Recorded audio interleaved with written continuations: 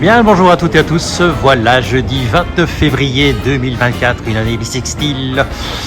BD Best est à l'hôtel Warwick pour une nouvelle capsule de Derrière la palette avec un homme de la terre, essayiste, romancier, auteur de théâtre et forcément scénariste BD. Une petite idée de qui allons-nous parler? En tout cas, ça risque d'être bien arrosé. Et j'avoue qu'en dehors de l'Orval, c'est ma deuxième boisson préférée. D'ici quelques instants. Alors, avez-vous deviné qui serait notre invité aujourd'hui? Derrière la palette a le grand plaisir de recevoir un auteur, on va pas dire humide ni alcoolisé, mais qui, à mon avis, doit aimer les bonnes liqueurs, les bonnes boissons. Fabien Rodin, bien le bonjour. Comment vas-tu? Bonjour. Petit séjour à Bruxelles? Ouais, très agréable. Sympathique? Ouais, très agréable. Très bon accueil, Très bon accueil, comme d'habitude, j'imagine. Mais moi, j'aime beaucoup venir à Bruxelles. Tu étais déjà venu à Bruxelles? Oui, depuis que j'ai commencé à écrire, donc ça fait presque une vingtaine d'années, déjà avec mon premier roman, qui avait eu un super accueil à Bruxelles, donc j'ai des super ancrages, toujours ravi de revenir. J'ai dû aller 2 ou 3 fois à la foire du Livre. On peut te poser quelques petites questions, donc, concernant Plaisir. quelques-unes de tes dernières sorties? C'est parti. Alors, première question que je pose d'habitude lorsque je reçois quelqu'un que je n'ai jamais rencontré avant. Fabien Rodin, en 3 mots, comment pourrait-il se définir? Oh là là. 1m92. Ouais, là, c'est un peu facile. Déjà, la première chose qui me vient et qui est en lien aussi avec l'écriture, c'est l'engagement. Je suis quelqu'un qui a un engagement affirmé depuis un bon bout de temps sur la thématique notamment de la transition écologique et humaine. Donc mes écrits traitent souvent de ça. Ce qui est un peu différent pour Whisky San, le dernier, donc on en parlera peut-être tout à l'heure. Que dire d'autre? Je peux dire aussi d'où je viens quand même. Je vis dans la Drôme, donc partie sud-est de la France, qui est lui-même un territoire engagé. Donc ça nous correspond bien d'ailleurs en famille. Et puis je pourrais dire aussi quelque chose qui est assez important dans ma vie, c'est la musique. J'aime la musique, elle m'accompagne partout. Tu en fais? Je joue un peu de piano, j'ai commencé tard, donc je ne joue pas très bien, mais je me fais plaisir de temps en temps. Tu pianotes. Je pianote, c'est ça. Alors, dans la notion de pianoter, justement, c'est pas ta première BD. Non. Tu es effectivement, comme tu dis, tu es engagé. Quel est ton premier souvenir de bande dessinée que tu as eu, ou que tu as encore? Alors le premier, ça va être compliqué, mais en tout cas dans les premiers, je peux dire ce que j'appréciais vraiment quand j'étais enfant, et désolé au risque de blesser les Belges, c'est pas Tintin. J'étais plutôt dans la team Astérix, Johan et Pierre Louis, les Tuniques Bleues. Ah oui. C'est peut-être un peu moins connu, mais que j'aimais beaucoup ce positionnement-là. Ça, c'est vraiment je pense mes premiers souvenirs de BD. Alors, tu es donc un parcours assez varié, essayiste, théâtre, roman, BD. Y a-t-il l'une de ces données qui a plus d'importance pour toi, ou bien est-ce au contraire d'autres manières, d'une manière variée de défendre tes idées, d'exprimer ta créativité? Est-ce que c'est complémentaire? Peut-être, mais en tout cas, je suis en train de mentaliser qu'au final, j'ai écrit 4 romans, puis des essais et des pièces de théâtre, puis de la BD. Donc au final, depuis que j'ai commencé la BD, c'est-à-dire il y a 10 ans en fait, cette année, je n'ai pas retouché à des romans, à des pièces de théâtre ou autre chose. Donc depuis que je suis tombé dedans, je suis pas ressorti du fût. T'es pas ressorti. De BD, mais néanmoins, je pense que c'est parfaitement complémentaire. Moi, c'est simple. Pourquoi? Simplement parce que quand me vient une idée désormais, même quand je me dis au départ, je vais déjà travailler sur le scénario, je ne sais pas ce que ça donnera, ça donne toujours de la BD parce que je crois que j'ai un profond amour pour la BD. C'est aussi une chose qui me définit. Enfin, la BD maintenant, et depuis assez longtemps, au final, fait complètement partie de ma vie. Alors, tu as de nombreux récits, de nombreux scénarios, souvent touchant à la terre. Mais tu as des petits plats, est-ce que tu es précis, particulièrement quand tu viens dans une ville ou... Moi, ce que j'aime bien déjà, quand je viens dans un endroit différent du mien, c'est me plonger dans l'ambiance. C'est-à-dire je cherche tout sauf retrouver mes repères. C'est l'inverse, quoi. Je préfère, par exemple, hier, à notre déjeuner, Moi, je rêvais d'un Waterzooi, malheureusement, il n'en servait pas là où on était. Oui. Ce que j'aime, c'est ça, moi, c'est d'éviter de faire de l'occidental qui voyage et qui demande à avoir son café habituel, quoi. C'est un exemple. Tu te coules dans la couleur locale. Oui, enfin j'aime la découverte, donc forcément, je pense qu'il faut se laisser surprendre, quoi. Tu es bière ou pas du tout? Ah oui. Ici ça va. Tu n'as pas à te plaindre. Ah oui, j'apprécie beaucoup la bière et en premier lieu justement la bière belge, les bières de Trappist, les bières assez fortes. J'aime la façon de faire la bière belge. Ouais. L'Orval. J'aime l'Orval, ouais. Et plein d'autres. Je savais que tu étais un homme remarquable. Ah ouais. Et tout. Alors, comment as-tu découvert le whisky, toi, personnellement? Alors, ce qui est rigolo, parce que franchement, je pense que c'est carrément inattendu, c'est que l'histoire de Whisky San, donc de cette BD, elle est née il y a 10 ans, presque jour pour jour. Hein. J'ai encore une invitation à Orpjooch. Ah oui. Donc, petit village en plein milieu de la Belgique. Où, en fait, on était avec ma famille, on était chez des amis à Jodogne. Et ils savaient qu'on avait un petit intérêt pour le whisky, et ce petit intérêt remontait au grand-père de mon épouse qui appréciait le whisky, et comme elle avait une adoration pour cet homme que malheureusement je n'ai pas connu et qui était belge,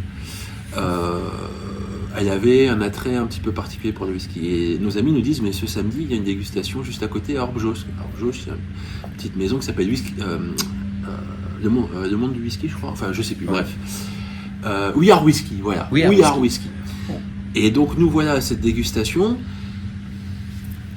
On va sur des whisky, enfin classiquement sur le whisky écossais, irlandais, etc. Et à la fin, le représentant qui était là me demande si je veux goûter du whisky japonais. Et là, j'ai fait un visage genre de manga ou de Tex Avery. Ah bon, parce que les Japonais font du whisky. Il m'a fait goûter. J'ai trouvé ça super bon. Et puis il m'a donné juste quelques clés historiques sur ce personnage dont on raconte l'histoire, donc Masataka, mais aussi sur l'autre grand japonais du whisky, donc Shinji Rotori. Et moi j'avais déjà les images là. Alors j'avais pas encore fait de BD, c'est-à-dire j'étais en train de travailler le tout début des Seigneurs de la Terre. Mais bon, il y avait quelque chose qui avait été planté, quoi. Ensuite il y a eu un break pendant 6 ans parce que ça a failli se faire assez rapidement avec un éditeur, puis c'est devenu compliqué, j'ai laissé tomber. Et c'est ressorti de sa boîte il y a 4 ans. Il y a 4 ans, j'ai un souvenir assez précis parce que c'était pendant le premier confinement du Covid. Donc là, on était derrière les masques. Et je travaillais avec Didier Alcante, donc co-scénariste sur Les Damnés de l'Orbrun. Et puis, je l'ai relancé je lui ai proposé de travailler ensemble sur Whisky San parce que je savais qu'il connaissait le Japon, il avait fait la bombe, etc. Et puis, depuis lors, tout a roulé, mais les étoiles se sont alignées autour, je trouve, de cette BD du début à la fin avec tous ceux qui ont participé. Alors justement, comment se passe la collaboration, l'écriture, la coécriture avec Didier?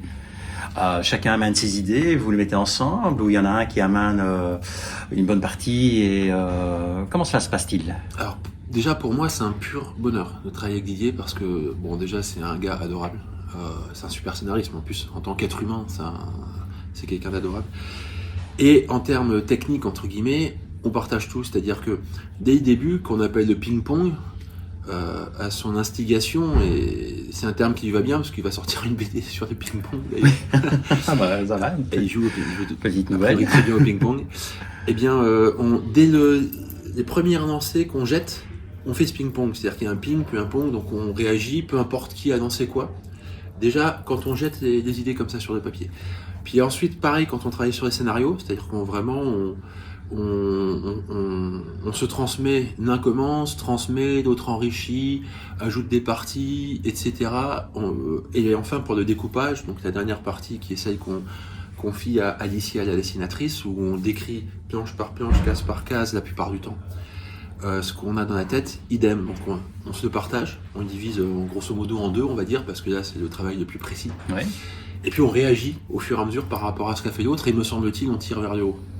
Et c'est ça qui est fantastique parce que je crois qu'on est très complémentaires. Alors justement, tu parles d'Alicia, elle est plutôt, bon c'est un dessin ligne claire, mais avec une très très forte connotation manga quand même, parce qu'on le reconnaît bien. Pour Les Damnés de la Terre, tu as travaillé avec Valès, qui est un dessin vraiment réaliste.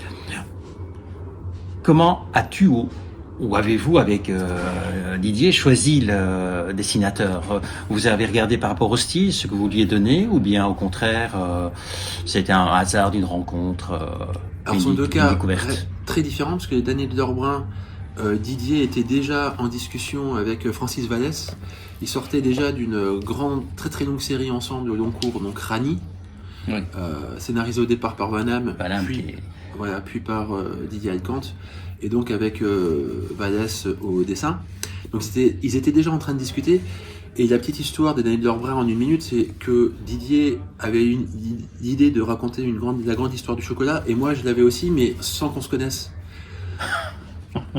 Et en plus, il n'y avait aucune BD sur le sujet, c'est-à-dire que moi j'étais tout content d'être le premier à avoir l'idée de faire une BD sur l'histoire du chocolat. Et j'entends par la bande, en l'occurrence par le copain Eric Corbéran, que Alcante a le même projet, donc ni une ni deux, moi je l'ai appelé, et tout de suite ça a matché, on s'est dit bah on a qu'à se mettre ensemble plutôt que de faire un truc chacun de notre côté. Donc lui il était déjà, Francis Vallès était déjà pressenti, il y avait déjà une discussion avec Glénat, quand même éditeur historique de Vallès avec les Maîtres de l'Orge.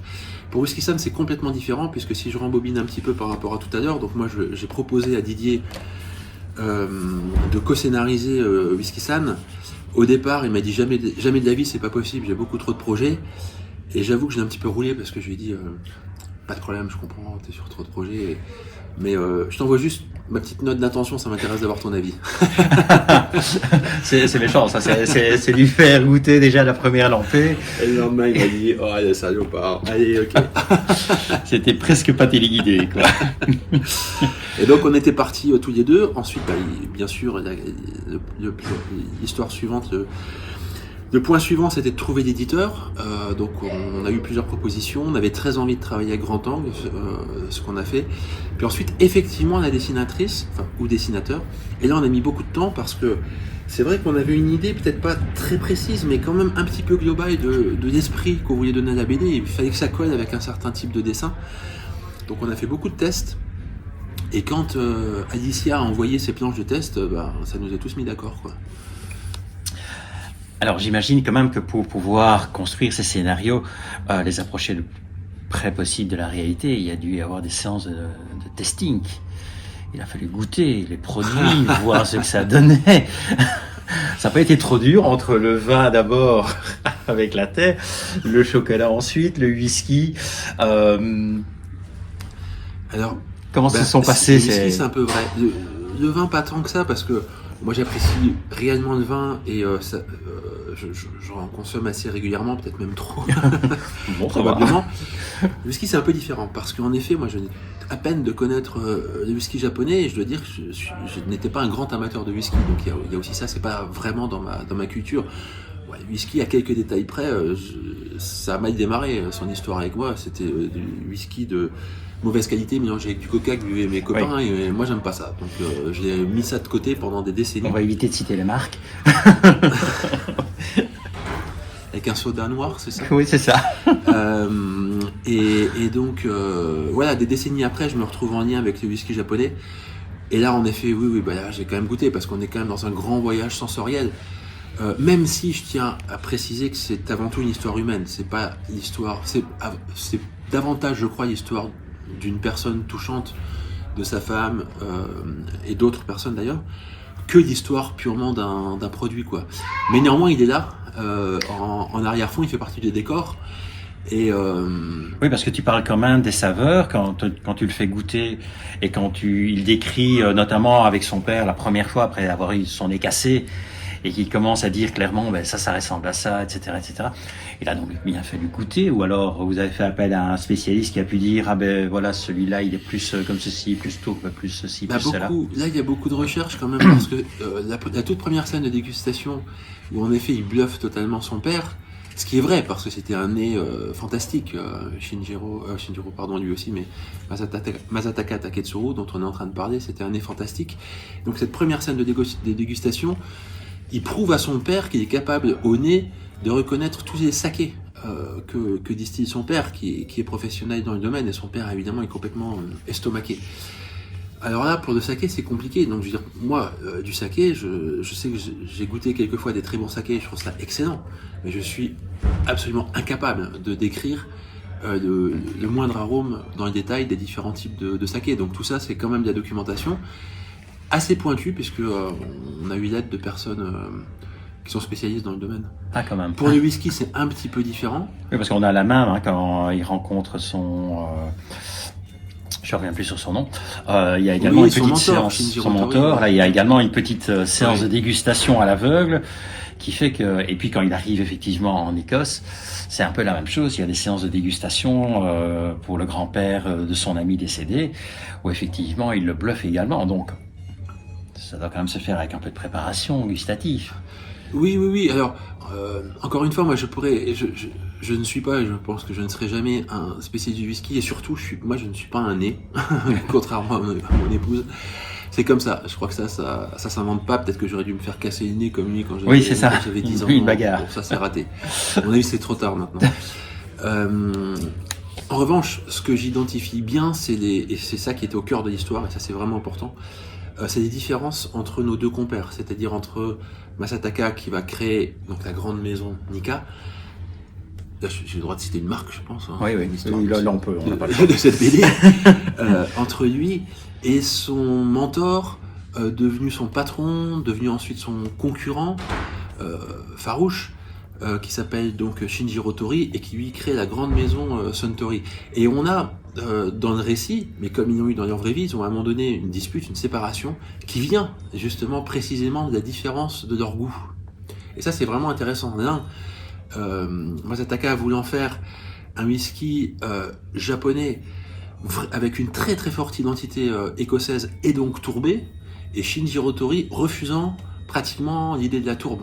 Pour lui, non, le palais japonais est beaucoup plus fin que celui des Occidentaux, il va pas supporter la force en fait de la tourbe, cet aspect fumé en fait. Et d'ailleurs, Goldorak, tu connais également ? Pardon ? Goldorak. Oui, comme ça. Il y a un whisky japonais justement qui est sorti à l'occasion du 40e. Ah oui, c'est vrai. Avec 2 bouteilles bien particulières pour effectivement fêter l'anniversaire de la sortie de Goldorak, de la naissance de Goldorak. Dans l'histoire récente du whisky japonais, il y a des clins d'œil assez marrants. Il y a Sean Connery par exemple, qui avait fait des pubs pour une des deux marques. Des pubs, Sean Connery quoi, avec sa classe écossaise, c'est croustillant quand même. Un écossais aussi comment dire, nationaliste que Sean Connery fasse de la pub pour un whisky écossais, japonais, pardon, c'est quand même assez stupéfiant. On va essayer de pas faire trop long parce que ça fait déjà plus d'1 quart d'heure qu'on est en train de parler, ça n'a pas l'air comme ça, mais ça file. Tu as encore des projets culinaires dans tes cartons ou bien Pas du tout. Pas du tout. Non, on termine avec Didier, on termine l'écriture du tome 3, des damnés d'Orvin, qui est en même temps en cours de dessin. Et puis après, tout ce qui est en cours est terminé.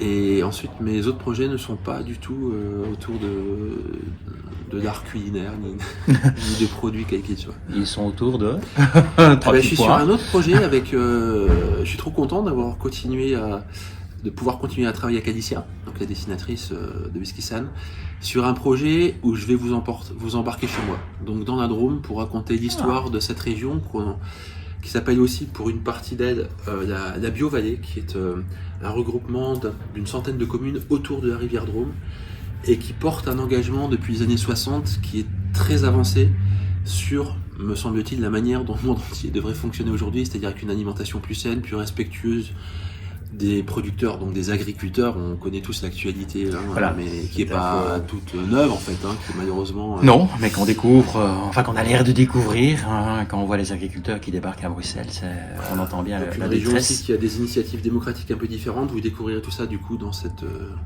future BD qui sortira probablement l'année prochaine sous forme de roman graphique également, et aussi chez Grand Angle.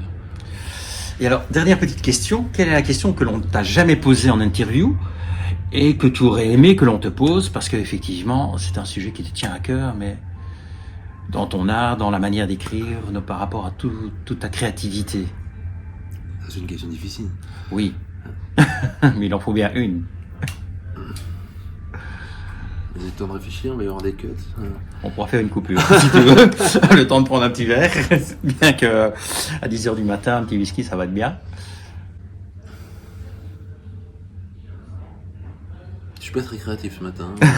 Non, mais c'est compliqué en plus. C'est vrai que je me suis dit au début de la question, je me suis dit, comment va finir cette question?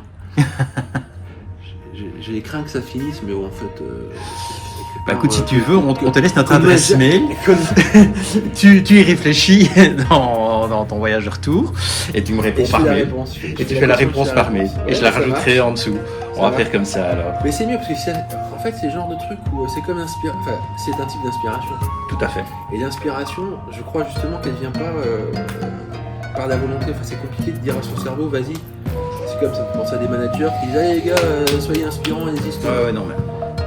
Brainstorming, on prend un café, on y va. On va tous sortir des idées géniales. Bah écoute, on le fera comme ça. Alors, on va laisser notre l'adresse mail. Ça se trouve, c'est dans 1 minute ou dans 1 heure. Hein. Oui. Alors, il est clair que pour vous, vous connaissez plus ou moins le principe. Hein, vous savez bien, un peu de chocolat, un peu de whisky. Si vous avez bien terminé le vin, moi je vous les conseille. Ils viennent de sortir tous les deux. Ils sont vraiment remarquables. Pour le goûter, pour l'apéro et pour le pouce café. N'hésitez pas. La suivante? Non, je ne vais pas vous dire qui c'est. On va bientôt se retrouver de toute manière, car les petits vernissages et les expositions, il y a pas mal de surprises. Donc moi je vous souhaite en tout cas une bonne fin de journée. Pour ceux qui sont en vacances, profitez-en, vous avez des heures à perdre, il fait quand même dégueulasse dehors, donc autant y aller. Et je te remercie de nous avoir consacré ce petit quart d'heure. J'ai une réponse. Ah oui. Bon, merci, vas-y, dis-moi. Une question. La question, ça pourrait être qu'est-ce que je fais quand je bloque dans l'écriture? Ah oui, voilà. Que fais-tu en réalité quand tu es devant une page blanche et que tu n'arrives pas à t'en sortir? En réalité, moi, ce qui m'arrive parfois, même assez régulièrement, je pourrais dire, c'est pas exactement ce que je comprends de ce fameux concept de la page blanche avec je sais pas comment commencer. C'est plutôt chez moi un truc qui me fait penser ça fonctionne pas quoi. Là il y a un truc, j'ai déjà travaillé dessus, j'ai peut-être même écrit le scénario, mais ça me dérange quoi. Et parfois il faut démolir des gros morceaux si on a ce feeling là. Enfin en tout cas c'est ma croyance, ma conviction. Ou alors c'est je veux aller vers ça mais je ne sais pas comment le faire. J'ai pas d'idée scénarique pour faire ça, que ce soit fluide. Et quand je bloque justement de cette manière là, ce que je fais la plupart du temps et ce qui marche le mieux, c'est de laisser tomber. C'est-à-dire que ce que je fais, c'est que je vais au minimum marcher et au mieux courir et j'envoie la question. C'est très étrange. Hein. J'envoie la question. Je sais pas à quoi. Au ciel, à l'univers, je suis pas spécialement croyant ou quoi que ce soit, mais ouvert à tout. Et ce qui est fou, c'est que ça me répond. C'est-à-dire que très généralement, en moins d'un quart d'heure, j'ai ma réponse et je suis même un peu ennuyé parce que je prends jamais de quoi écrire quand je pars courir. Et comme j'ai une mémoire de poisson rouge, il faut que je retienne ce qui est venu. Et ça, je trouve que ça parle un petit peu de l'inspiration, ça c'est ma voix à moi quand je bloque, parce que je trouve extrêmement compliqué de se forcer à être inspiré. Je pense même que c'est un oxymore, c'est pas possible de se dire je vais être inspiré. Donc voilà la question à laquelle que personne ne t'a jamais posée. Et donc cette fois-ci, je vous souhaite en tout cas un bon apéro, une bonne fin de journée. Et si vous bloquez, allez vous promener. Bye bye, au revoir. Un grand merci. Très cool. Au revoir. C'est super cool. Et au plaisir. Voilà.